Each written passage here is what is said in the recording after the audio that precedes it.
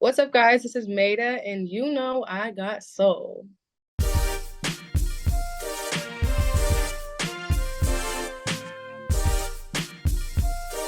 One thing about you that I've noticed is everybody loves you. Everybody. Like from Everybody, what? everybody loves you. Everybody. I'm telling you. What? I swear. It's either celebrities, the people I put you on to, but one thing they always talk about is your voice. Always. So you gotta tell me where you got that vocal ability from, and really like some artists that inspired that, whether it be R&B, whether it be other artists. Well, I've been singing since I was a kid. Nobody in my family sings. I'm the first one of us that's a very musical like that. But I remember when I was younger, I don't know what year this was, whenever Bleeding Love by Leona Lewis came out, I Mm. used to watch VH1 Top 20 Countdown, and I was like, I want to be an artist one day. I want to make music videos like this. I want to be on this TV show. And then she came on with Bleeding Love, and I just wanted to be her so bad. So I started practicing that song and going on YouTube and typing in like karaoke versions of it. And that's kind of how I got into just singing. I would just sit in our like computer room or whatever and just sing all day and practice songs. I don't know what year that was, but I've just been singing since then, to be honest. And I think that I don't know. I mean, I guess I was gifted with my talent, but at the same time, I've been singing since like practicing since I was like for however many years, like 15 something years. I don't know the math, but I've definitely kind of trained myself to where I am. But Yeah. yeah, I mean, I could see. I honestly feel like it's a mix. Like you definitely are born with the voice. Like there's no doubt. yeah, yeah. Because some people just it's never happening. It's not even that. Like you can be a good singer, but to touch people, I feel like that's when you're born with it. You know what I mean? Yeah. And, Okay, that's and true. I feel like you got that. I feel like you got that. And I think that's why you touch so many people beyond just fans, but artists that you were inspired by. And we're gonna talk about Pharrell a little bit later. Um, Hmm. but just tell me a little bit how you got signed to Roc Nation. I know about the YouTube stuff and the Instagram covers, but tell me a little bit briefly and more. I'm more curious about how it's affected your music and just who you are now. It has changed you in a good way, in a bad way. Just let me Oh, know. yeah. So I was like living in Indiana when I got signed. I was 18 and I moved to LA like a few weeks after. Went by myself. I didn't know anybody in LA. I had no money. Like it was rough. I kind of just started my life completely over. But I was so excited and ready to take on this new chapter of my life. So I didn't really care. Hmm. But I went through a lot. Like I went through like getting taken advantage by men. Like I was such an innocent girl, and then when I moved to LA, I just became a woman and went through all these things and had to face like the real life on my own. And I'm 18, so it's not like I was like 12 having to go through this stuff. But I don't know. I just faced a lot really fast and all at once, and I think that a lot of that came out in my music. Hmm. I entered this I'm not, I'm so over saying toxic relationship, but a toxic relationship, just somebody that I have such a complicated relationship, even with now. Hmm. And that had a huge effect on my music.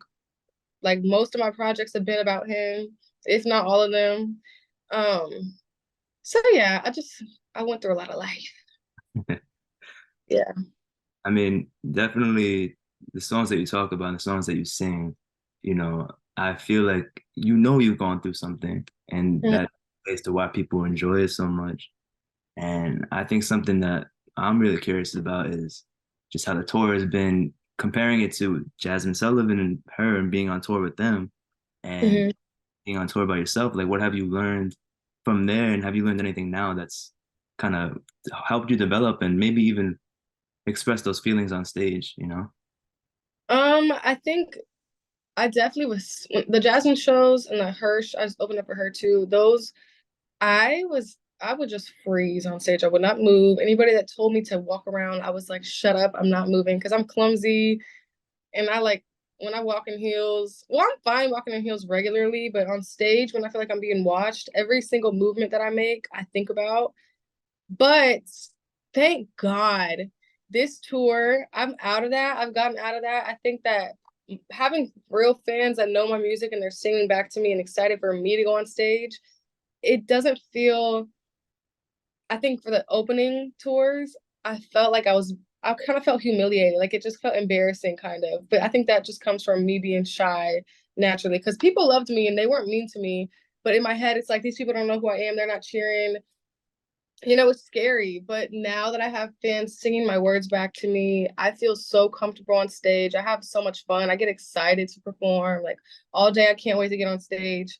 So it's definitely a lot different. But I think I had to go through the first tours to just go get through that uncomfortable stuff and just know that it's not always going to be like amazing. And I got to just get through it. So, yeah, I definitely learned a lot. One thing I've also learned is that I have background singers on my tour and I love them so much. And I think that I like having people on stage with me just because I turn around and we smile at each other and it's just like a comforting feeling like we're doing this together. So I like having my people with me. But yeah, it's Yeah, been yeah, no, like I said, one of my friends went to the show and I was able to live through them. Uh, Mhm. Even the background singers were killing it, and the chemistry on stage just looked amazing. And I could definitely see it. It seems like you're getting more comfortable and more comfortable because I've watched you for a minute now. I've seen your stuff for a minute, and it's just great to see the growth. And I'm happy for you, and Thank you. how you continue to keep going in that direction. But let's talk about the project. You kind of already mentioned a little bit about the inspirations and stuff, but something I always ask everybody is, was there some particular albums that you were listening to when you were making it? And, where was your mindset at? Like, did you draw from them, or were you just really trying to be yourself completely in the music? I don't really listen to anything. Like when I'm making a project, I'm obsessed. And I kind of just started working on my album. So now the only songs I really listen to, like I'll be on a plane and all I do is loop my songs and think about what I'm gonna change, what I'm gonna recut, ideas, like visuals, that kind of thing. So I kind of obsess. Um, I think that also helped it sound original. I don't think my project sounds like a lot of other stuff that's out. I mean, there's inspiration from certain places, but I think not listening to certain albums or just music that's out, I think that kind of helped me keep the originality of my project. But I'm obsessed with my project. And I genuinely like listening to it. Even now, I'll just listen to it just cause the other night I saw somebody I have a song called Sexual Love on there, and somebody made like a slowed and reverb version of it. And I I put it on and I fell asleep to it and I like looped it all day. Like I really enjoy my own music, which I'm proud of because in the past I didn't like my own songs. So yeah, when I'm making the project or this project, I didn't listen to anything. Why don't you talk about that growth a little bit then, of just not liking your stuff and then, no Yeah. being confident in your own stuff? When I first got signed, I think that I've had the same A&R the whole time. So Omar, he's my A&R, love him to death. Um, we have an amazing relationship when it comes to making my music. We have the same exact taste. We agree on pretty much everything. He likes to challenge me, so we fight, but we're very close. And the music making, like making music with him is so fun. So I think that it took a couple albums or EPs, whatever, for us to really build that trust and that bond. But the first project, I think we were kind of just trying to figure out my sound. He didn't really know I could sing like I do now. I didn't really want to sing at that time. I was trying to be cool, and I think he made me a little cool. Like it was good music, but it wasn't as authentic as this new music. And I hadn't really experienced that much at that time, so I didn't know what to sing about. We were kind of just trying to figure it out, but I'm so happy to finally have gotten to a place where it's like, this is me. It's amazing. I'm proud of it. People love it. And it's like, it's going to be hard. We're going to beat it with the album, but this is like the best music I've ever made. So, Like, yeah. I'm excited to get into that new album when it comes out, but Thank not for sure. And I want to really dive into some specific songs on the project. My favorites, personally. I'm gonna give you one to go on onto your favorite, but I'm gonna name a few. Just tell me a little bit about how it came together, inspiration wise, if you want anything. So, Control Freak, I think that's probably one of the standouts of the project for you. everybody, a lot of people. And of course, with Ambré, I've spoken with her before, love her music, awesome person. And, just tell me a little bit about that song and even F Your Friend, which I'm gonna say it right now. I feel like I shouldn't listen to that song, but the fact that it touches me and like hurts me to hear it, I feel like that's how you know it's a good It song. does. Yeah, yeah. As a like it's like I shouldn't be listening to this, but damn, it's good. You know what I'm Yeah. saying? So Well, Control Freak, I was on tour with her actually, which was like years ago. So this we've been working on this project forever. My A&R sent me that song. He sent me Ambre's version. It was not done, but he sent me it during that tour and I loved it. So I couldn't wait to get off a tour and go back and work on it. But I got back in with Ambré and Destin. I think Destin actually wrote it, but Ambré demoed it for him or something. But we all got in the studio and finished it and made a second verse, and they vocal produced me. And I actually hated my vocals on that. The vocals they cut me for are the ones that are on it now. I mm, hated. I was like, I sound so bad, blah blah blah. But after getting used to it, I'm like, no, this sounds authentic. You should just keep it because I'm always trying to sound perfect, and it's like, Maeta, you don't have to sound perfect all the time. Anyway, so that one, yeah, like it was pretty easy. We got in with Louis Elastic and did the outro. So it took a few sessions to get done, but I love that song. We had so much fun recording it. Destin is crazy. And I have like studio videos of us just dancing and like just being stupid. So that one was a good one. And then Fuck Your Friend's another one I did with Ambre. That song makes me mad too. Yeah, like I don't even remember the process for that. I think I went to the studio like super late and just cut it. I was in a bad mood. Me and this man were talking, so it was fitting for my life at that point. Yeah, and then Ambre got in and reproduced it. I don't like everything she did, so I kind of went in and just added a few pieces. Yeah, but they were all very easy and effortless. mm. Tell me a little bit about Clarity then with Lucky Daye. Clarity was like kind of like a bullshit song that we did in the studio. We did that in the same session we did with Through the Night. And it was like one of, like I think a lot of times in sessions we'll work on a song and everybody's kind of just like, I'm not feeling it. Like, let's work on something else. And then Through the Night came right after that on the same day. But Clarity, like, it was just something special about it that I loved. And it actually wasn't supposed to be on the project, but me and my A&R have this thing where we last minute add a song, like the day the project's due, we have to push it back. This project got pushed back so many times.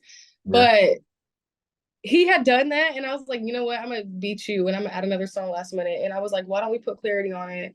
And it just made sense, and it sounded good. So we finished it up, and that was now on the project, and people love it. But it wasn't supposed to be on there. But yeah.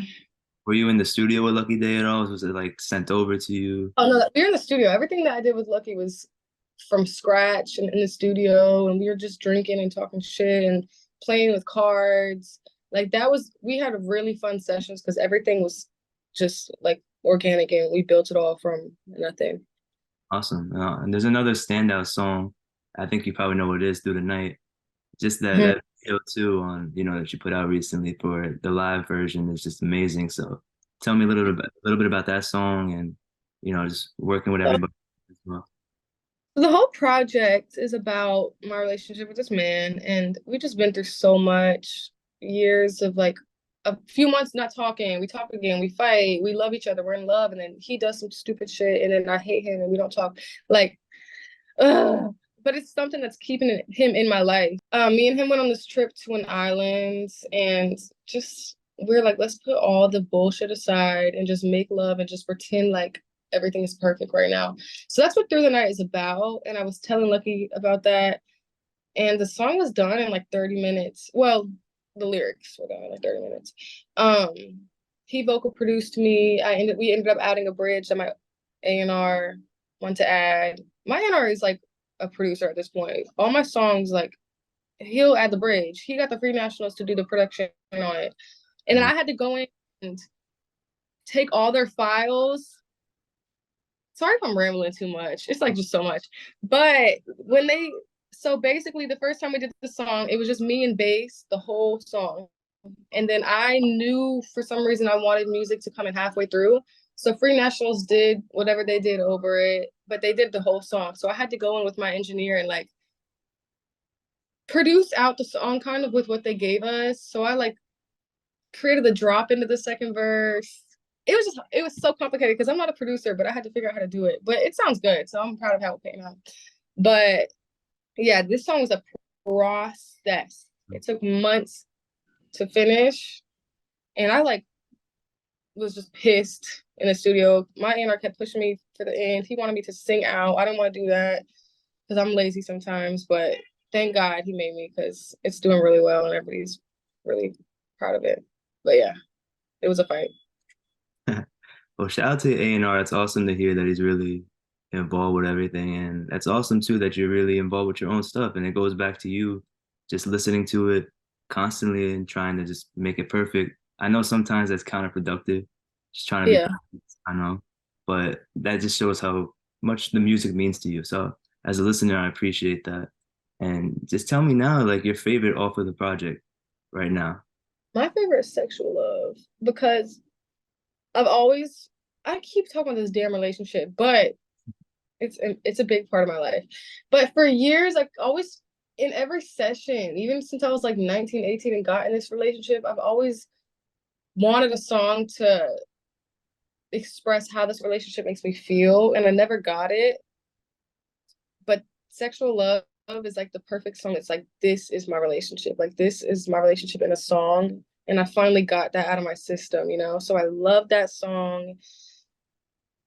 I love James Fauntleroy. He's so sweet to me. He came to my show, which surprised me because he's so like he doesn't do anything. He barely like leaves that damn house.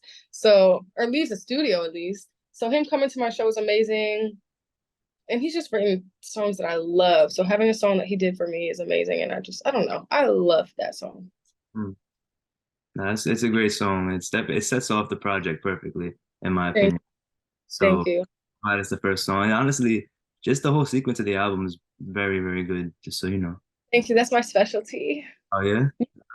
I mean, it's my A&R and I, but we got in fights about the sequencing. But I always knew I wanted to start off with Sexual Love because that just felt like, boom, this is like, doesn't Mm. sound like anything. It sets off the story of the project. And I just love the intro. So I wanted that. I wanted to end it with Through the Night. I don't know. The whole story, like sonically and story wise, the sequencing was very important. I think we did it right. I really do appreciate you caring about stuff like that because, some artists just want to put it out there and that's it. I'm like a psycho. Now, look, honestly, I'm going to tie this into my next question. Like, everybody loves your stuff, like I said in the beginning, and it's probably because you care about it so much. You have the Yeah. voice, right? You have the style, the music in general is amazing, but when you care about it, I feel like people see that, they see you through it, you know what I mean? Um, Mm.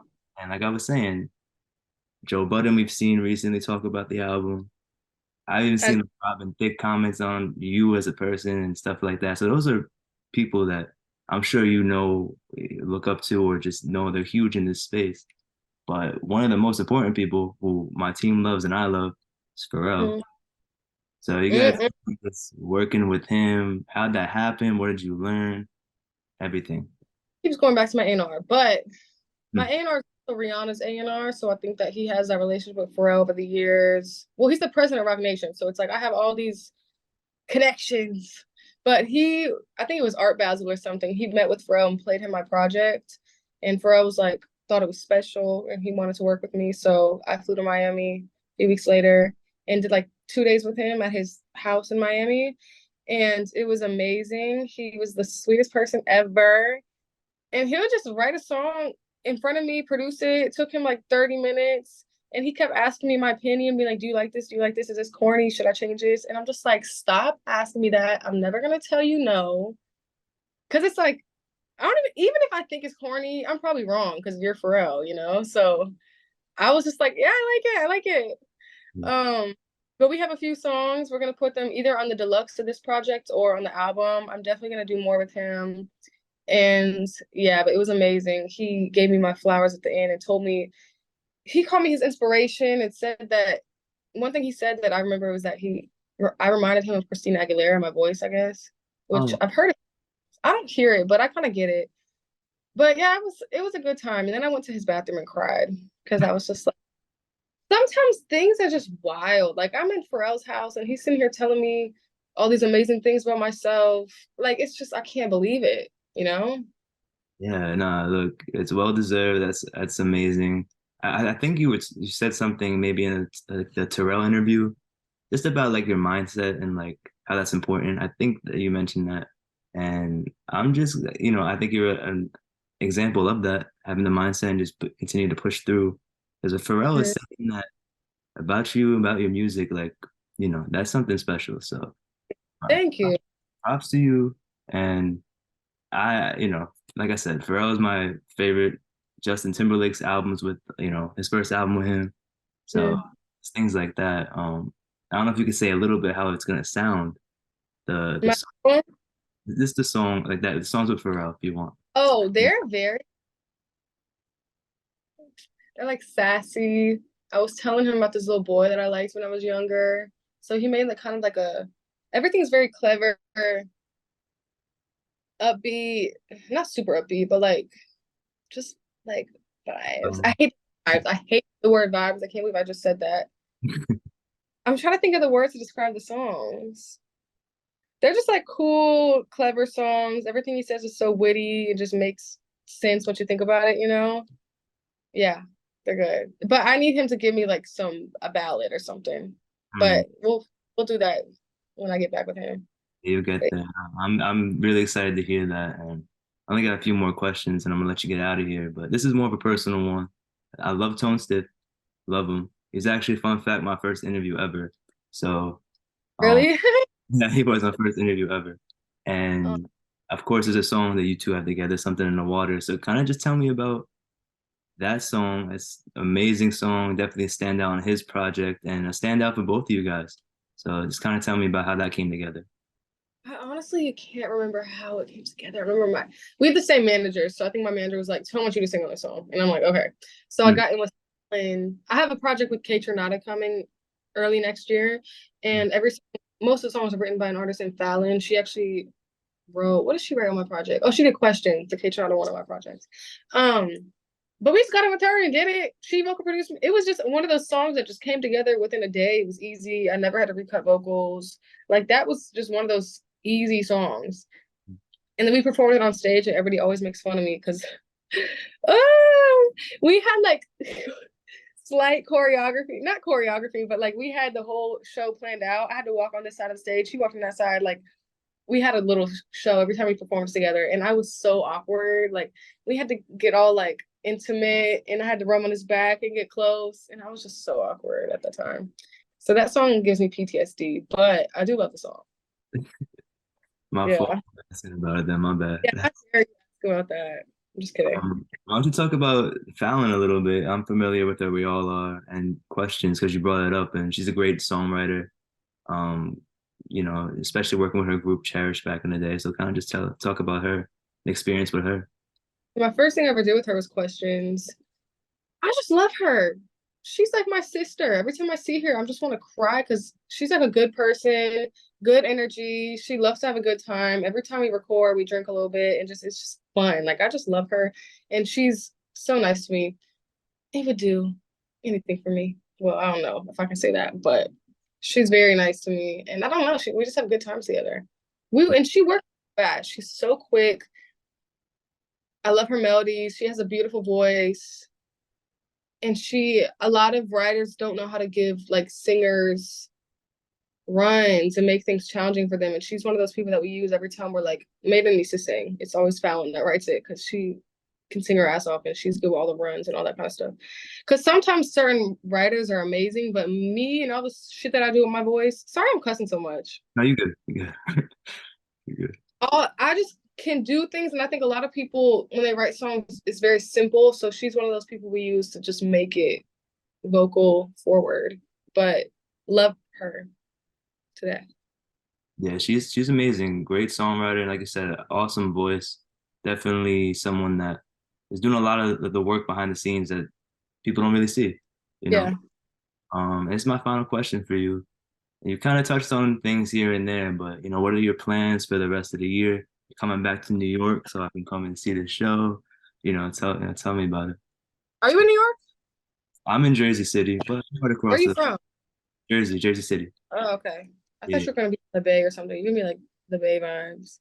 Chill, Jersey straight up. Don't even tell me that. Oh.